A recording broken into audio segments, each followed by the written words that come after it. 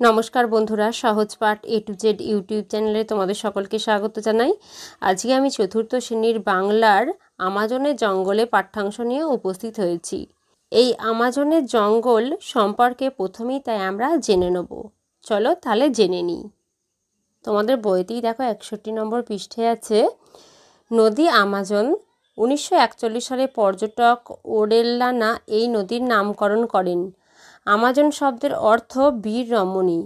পৃথিবীর বৃহত্তম ও দ্বিতীয় দীর্ঘতম নদী আমাজন। ব্রাজিলের উত্তর ও মধ্য অংশ, পার্শ্ববর্তী Colombia, Bolivia, Venezuela, Ecuador, Peru প্রভৃতি দেশের অংশবিশেষ নিয়ে আমাজন অববাহিকা গড়ে উঠেছে। এত বড় নদী অববাহিকা পৃথিবীতে আর দেখা যায় না। আমাজন অববাহিকায় প্রচুর বৃষ্টিপাত হয়, তাই বনভূমি চিরহরিত। চিরহরিত মানে সারা বছর বনভূমির পাতা সবুজ থাকে। এই বনভূমি শুধু গভীরতম অরণ্য নয়, নানা বৈচিত্র্যে ভরপুর। এই ধরনের বনভূমির নাম সেলভা। এই দুর্ভেদ্য বনভূমিতে নানা প্রকার হিংস্র পশু বাস করে।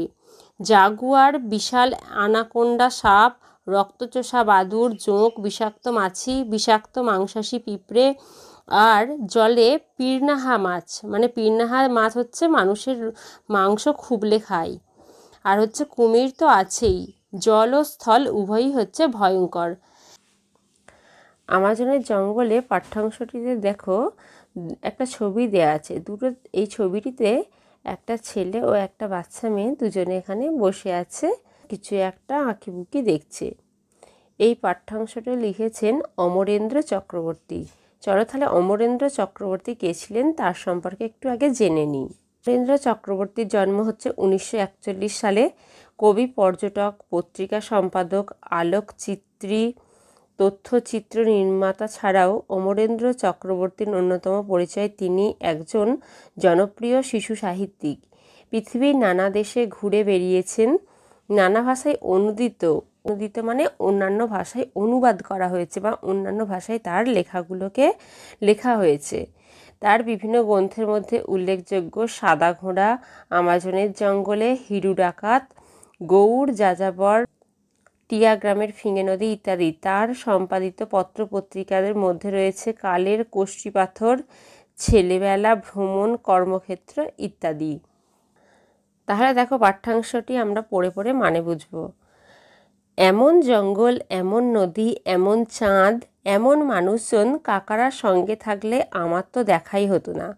কাকা বলতে এখানে হচ্ছে লেখকের কাকাদের সঙ্গে দলছুট হয়ে গেছেন লেখক, তাই হচ্ছে তিনি একথা বলেছেন যে কাকারা সঙ্গে থাকলে এগুলো তার দেখা হতো না। আর কোনোদিন বাড়ি ফিরতে পারবো কিনা সেই ভয়ঙ্কর দুশ্চিন্তা সত্ত্বেও কি করে আমার কাকাদের কথাটা এভাবে মনে এলো জানি না। মানে লেখক যে আমাজনের জঙ্গলে হারিয়ে গেছেন এবং তিনি কিভাবে বাড়ি ফিরবেন সেই চিন্তা তার মাথার মধ্যে রয়েছে, তাও তার কাকাদের কথাটা হঠাৎ করে মনে এসছে, তাই সে কথা বলেছেন। আমাদের একেবারে সামনের নৌকো থেকে ভারী সুরেলা বাজনা ভেসে আসছিল। হঠাৎ থেমে যেতেই উবা জলের উপর ঝুঁকে পড়ে বেশ খানিকটা জায়গায় সতর্ক চোখ বোলাতে লাগলো। তাহলে তারা নৌকায় করে যাচ্ছিল, একেবারে সামনের নৌকা থেকে সুরেলা আওয়াজ ভেসে আসছিল। সেটা থেমে যেতেই উবা নামক মেয়েটি জলের ওপর ঝুঁকে পড়ে দেখতে লাগছিল। 2-1 মিনিটের মধ্যেই কাছে দূরে সব কটা নৌকোর গান বাজনা থেমে গেল। আকাশে বিরাট চাঁদ, নিচে বিশাল নদী, মধ্যিখানে অদ্ভুত নিস্তব্ধতা। মানে হচ্ছে ওই যে একটা নৌকায় গান বাজনা থেমে গেছে, দেখা দেখি সমস্ত 2 মিনিটের মধ্যে সমস্ত নৌকার গান বাজনা থেমে যায়। মাথার ওপর আকাশ, তারপর নিচে হচ্ছে নদী, মানে ওনারা যেহেতু নৌকার ওপর আছেন, আর মধ্যিখানে মানে নৌকার মাঝে অদ্ভুত এক নিস্তব্ধতা। সেই স্তব্ধতার মধ্যে উবার ফিসফিস গলা শুনতে পেলাম, বোতো বোতো। তার বলার ভঙ্গি, চোখ মুখের ভাব আর জলের দিকে আঙুল দেখানো দেখে বুঝলাম উবা বলতে চাইছে বোতোকে দেখা যাচ্ছে। তাহলে সেই সময় নিস্তব্ধতার মাঝে সে উবা বলল বোতো বোতো। তার হাবভাব দেখে বোঝা গেল যে বোতো নামক একজনকে দেখতে পাওয়া যাচ্ছে। বোতোর দেখা নাকি সবসময়ই ভালো। নৌকো উৎসবের রাতে দেখা পাওয়া খুবই সৌভাগ্যের লক্ষণ। তার মানে লেখক নৌকা উৎসবের রাতে ওখানে গিয়েছিলেন এবং নৌকা চড়ে ঘুরছিলেন। সেই সময় নাকি বোতকে দেখতে পাওয়া খুবই সৌভাগ্যের লক্ষণ। কে এই বোতো? না, বোতো হচ্ছে আমাজনের রক্ষাকর্তা, এই পাঠ্যাংশে বলা হয়েছে। উবা আমাকে বুঝিয়ে দিল নৌকোয় নৌকোয় গান বাজনা থেমে যাওয়া মানে সকলে এতক্ষণে বোতোর দেখা পাওয়ার কথা জেনে গেছে। একটা নৌকোয় গান বাজনা থামলেই বাকিরা যারা যত আগে সেটা খেয়াল করবে তারা তত আগে তাদের নৌকার গান বাজনা থামাবে। এভাবে কোনো একটা নৌকো থেকে বোতোর দেখা পাওয়ার 2-1 মিনিটের মধ্যেই সব নৌকোয় সেই সুখবর ছড়িয়ে যায়। তখন সকলেই গান বাজনা থামিয়ে যতটা সম্ভব নিঃশব্দে চারিদিক থেকে গোল হয়ে প্রথম নৌকাটার কাছে ফিরে আসতে চাই। তাহলে এইভাবে হচ্ছে একটা নৌকার গান বাজনা থামলে অন্যান্য নৌকা গান বাজনা থামিয়ে দেয় এবং প্রথম যে নৌকাটা গান বাজনা থামিয়েছিল সেই নৌকার কাছে গোল হয়ে সমস্ত নৌকাগুলো ঘিরে ধরে বোতোকে দেখতে পাওয়ার জন্য। অন্যদের আর কথা কি, আমি নিজেও বোতোকে দেখবার জন্য ব্যাকুল হয়ে পড়েছিলাম। বোতোই নাকি আমাজনের বিপদ আপদে মানুষের রক্ষা করে। জলের তলায় তার মস্ত শহর, সেখানে রঙিন পাথরে তৈরি তার বিরাট প্রাসাদ। তাহলে বোতোকে দেখার জন্য লেখকও ব্যাকুল হয়ে পড়েছিলেন, কারণ বোতো ছিল হচ্ছে আমাজনের বিপদে আপদে মানুষের রক্ষাকর্তা। বোতোর নাকি জলের তলায় একটা মস্ত শহর আছে, সেখানে রঙিন পাথরে তৈরি বিরাট একটা প্রাসাদ আছে। হঠাৎ উবার ইশারায় নদীর জলে তাকিয়ে দেখি খুব লম্বা মতো একটা প্রাণী 3-4 হাত জলের নিচে ধীরে ধীরে এঁকে বেঁকে ঘুরে বেড়াচ্ছে। তার নাক ও ঠোঁট খুব সরু, লম্বায় প্রায় 1-1.5 হাত, মস্ত বড় মাথা। এর মস্তিষ্ক মানুষের মস্তিষ্কের চেয়ে বড় হলে আশ্চর্যের কিছু নেই। এর লেজটা শরীরের শেষ প্রান্ত থেকে দুদিকে ভাগ হয়ে ভারী সুন্দর দেখাচ্ছে। রংটা ঠিক লাল কি, মনে হলো যেন গোলাপির দিকে। তাহলে উবার ইশারাতে লেখক জলের দিকে তাকিয়ে দেখছে যে 3-4 হাত জলের নিচে একটি প্রাণী এঁকে বেঁকে ঘুরে বেড়াচ্ছে। তার নাক ও ঠোঁট খুব সরু, লম্বায় প্রায় 1-1.5 হাত, মাথা বড়, মানুষদের থেকেও বড়, আর শরীরের শেষ প্রান্ত হচ্ছে বা লেজের দিকটা দুটি ভাগ হয়ে গেছে এবং এদের গায়ের রং হচ্ছে গোলাপি রঙের। যদি ডলফিন হয় তাহলে পূর্ণিমার রাতে আমাজন নদীতে ডলফিন দেখাও তো ভাগ্যের কথা, কজনের সে ভাগ্য আছে। আর যদি আমাজনের দেবতা হয় তাহলে নিশ্চয়ই আমার মনের কষ্ট আর প্রার্থনা বোতোর অজানা থাকবে না। জলের নিচে বোতোকে দেখতে দেখতে আমি মনে মনে বললাম, বোতো তুমি কে আমি জানি না, তুমি যদি সত্যিই আমাজনের রক্ষাকর্তা হও, তুমি আমাকে আমার মা বাবা আর স্কুলের বন্ধুদের কাছে ফিরে যাওয়ার উপায় করে দিও। লেখক বলছেন যদি পূর্ণিমার রাতে আমাজন নদীতে ডলফিন দেখতে পাও একটা সৌভাগ্যর ব্যাপার। আর যদি জলের মধ্যে যদি বোতই হয়ে থাকে তাহলে তিনি যদি আমাজনের রক্ষাকর্তা হন, তিনি তাহলে লেখকের মনের দুঃখ কষ্ট নিশ্চয়ই তিনি বুঝতে পারবেন এবং তিনি তার মা বাবা স্কুলের বন্ধুদের কাছে ফিরে যাওয়ার উপায় যেন করে দেয়, এই প্রার্থনা হচ্ছে লেখক করেছেন। একটা ভারী আশ্চর্য ব্যাপার, চারদিক থেকে অতগুলো নৌকো একেবারে কাছে এসে ঘিরে ধরেছে, তবু বোতোর কোনো রাগ ভয় বিরক্তি নেই।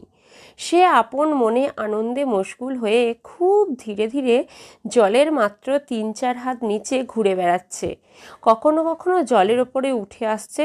সবসময় আনন্দের বিভোর, মনে হয় সে যেন তার মনের ভিতরের সুরের তালে ছন্দে লয়ে নেচে বেড়াচ্ছে।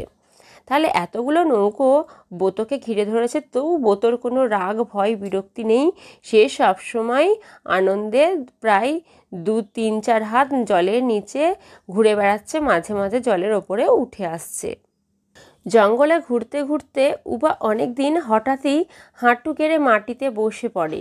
তারপর আমাকেও বসতে বলে। তার গভীর চোখ দুটি আমার 2 চোখের ওপর মেলে রেখে অনেকক্ষণ ধরে কি দেখে সেই জানে। মাঝে মাঝে মনে হয় সে আমার চোখের মধ্য দিয়ে বহু দূরের কিছু সে দেখছে বা দেখার চেষ্টা করছে। বেশ কিছুদিন এরকম হওয়ার পর একদিন সকালে উবা একইভাবে হাঁটু গেড়ে বসে আমার চোখে চোখ রেখে মাটির ওপর তার কাঠকুটোর ছবি তৈরি করতে লাগলো। ছবি দেখে আমি বুঝলাম উবা আমার চোখের দৃষ্টি দেখে বুঝতে চাই আমি কে, জানতে চাই আমি কোথা থেকে এসেছি, কোন পৃথিবীর মানুষ আমি, সেই পৃথিবীটা কীরকম। তাহলে জঙ্গলে ঘুরছিল কে? উবা আর লেখক।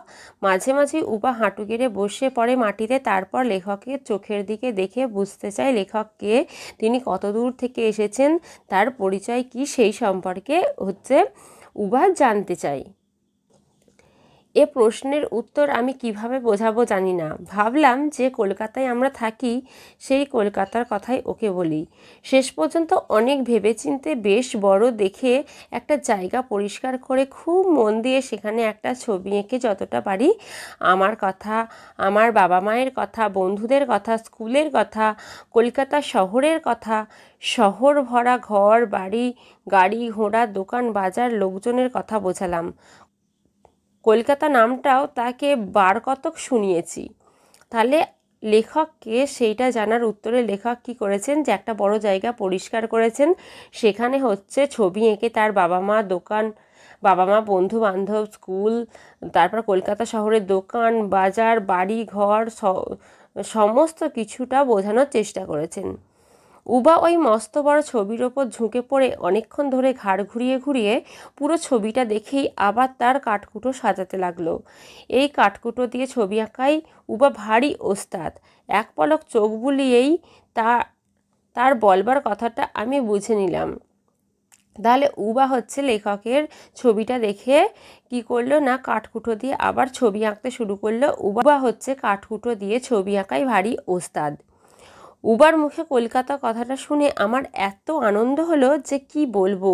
দুই ঠোঁট গোল করে জিভ নেড়ে অদ্ভুতভাবে শব্দটা উচ্চারণ করে আর ছবি দেখিয়ে ও বলে, কলকাতায় জঙ্গল নেই, পাখি নেই, প্রজাপতি নেই, বড় বড় নদ নদী নেই, তুমি সেখানে থাকো কি করে? ও তো শুধু বালির দেশ। থেকে কলকাতা শব্দটা শুনে লেখক খুব আনন্দ পান এবং উবা বলে যে কলকাতায় জঙ্গল নেই, পাখি নেই, প্রজাপতি, নদ নদী, সেখানে কিছু নেই, মানে প্রকৃতি নেই, তাহলে তুমি সেখানে থাকো কি করে? সেটা শুধুমাত্র বালির দেশ। বালির দেশ অর্থাৎ মরুভূমি। কলকাতায় থাকতে কই একথা কখনো মনে হয়নি। এখন আমাজনের জঙ্গলে বসে উবার মুখে শুনে মনে হলো সত্যিই তো। কলকাতায় ঘন সবুজ বন জঙ্গল, পাখি, প্রজাপতি এসব তো দেখা যায় না। তাহলে উবা বলেছে যে কলকাতা বালির দেশ, বালির দেশ মানে মরুভূমি। মরুভূমি কেন উবা বলেছে না, কলকাতায় বন জঙ্গল, গাছপালা, প্রজাপতি, পাখি, নদ নদী এইসব কিছু নেই, তাই উবা কলকাতাকে বলেছে বালির দেশ বা মরুভূমি। লেখকও ভেবেছেন যে সত্যিই তো, যে আমাদের কলকাতায় যে জঙ্গল, পশু পাখি, গাছপালা কিছুই নেই, তবু আমাদের এতদিন কিন্তু কলকাতা যে থাকতাম কোনোদিন একথা মনে হয়নি যে কলকাতা মরুভূমি। হ্যান্ড রিক্সায় অনেকটা টিনের বড় বাক্সের মতো দেখতে, চারদিক বদ্ধ, গাড়িতে ছোট ছোট ছেলেমেয়েরা গাদাগাদি করে বসে স্কুলে যাচ্ছে। সেই ছবিটা দেখে উবা আমার দিকে তাকালো।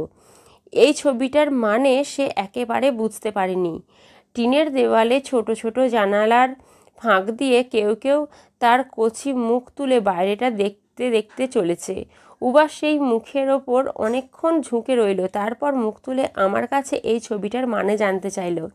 কলকাতা স্কুলের চালচিত্রটা সেই ছবির মধ্যে ফুটিয়ে তুলেছিলেন এবং সেখানে সেই ছবিটার মধ্যে লেখক দেখিয়েছিলেন যে ছোট ছোট ছেলেমেয়েরা টিন দিয়ে ঘেরা ভ্যান রিক্সা করে চলেছে।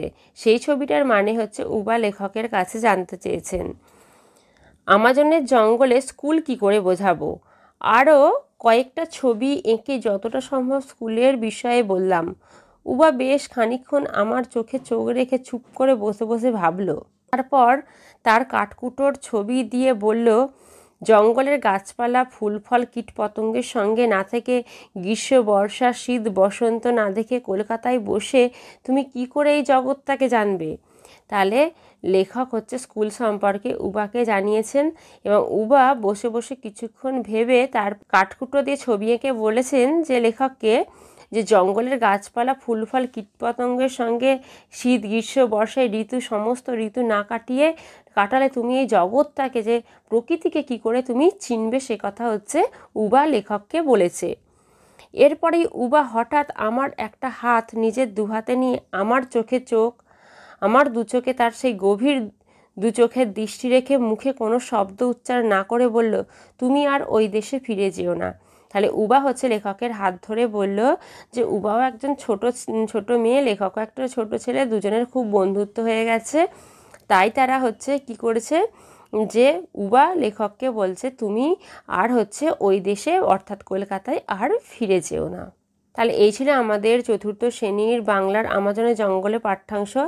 আজকের ভিডিও এই পর্যন্তই। আবার পরের দিন নতুন কোনো ভিডিও নিয়ে তোমাদের কাছে হাজির হব। আমাদের চ্যানেলটিকে ভালো লাগলে অবশ্যই লাইক, কমেন্ট ও শেয়ার করতে ভুলো না। আর এরকম নতুন নতুন ভিডিও পেতে অবশ্যই আমাদের চ্যানেলটিকে সাবস্ক্রাইব করো ও পাশে থাকা বেল আইকনটি প্রেস করো।